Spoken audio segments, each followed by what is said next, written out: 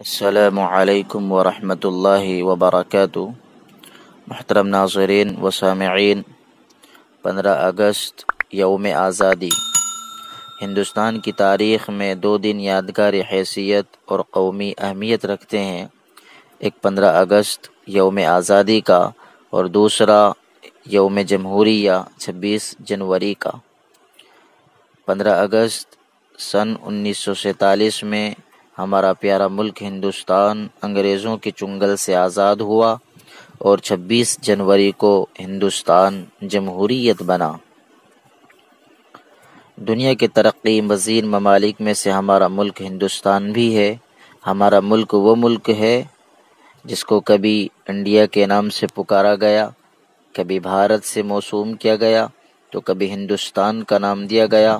ہمارا ملک ہندوستان اپنی آغوش میں ایسی چیزوں کو لیے ہوئے ہے کہ پوری دنیا اس پر فخر کرتی ہے۔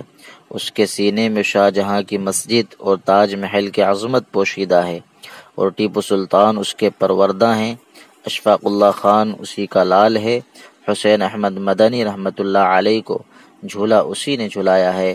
لال قلعے کو مضبوطی اسی نے بخشی ہے۔